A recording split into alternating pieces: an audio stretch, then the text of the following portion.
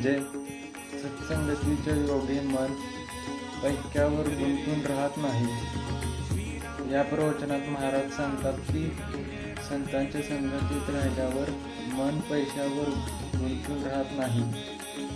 आपण बहुतेक वेळा पैशाच्या विचारात अडकून जातो आणि त्यालाच सर्व काही समजतो, पण पैसा हा फक्त गरज भागवण्यासाठी आहे। पैसा हा जीवनाचा अंतिम ध्येय नाही।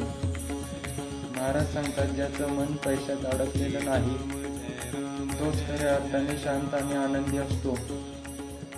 संत आपल्याला शिकवतात की समाधान आणि साधनेपणातच खरं सुख आहे। म्हणून मित्रांनो, पैसा कमवा, फक्त त्यात अडकू नका। संतांची संगत ठेवा आणि मन शांत ठेवा, तेव्हाच आयुष्यात खरी शांती मिळेल।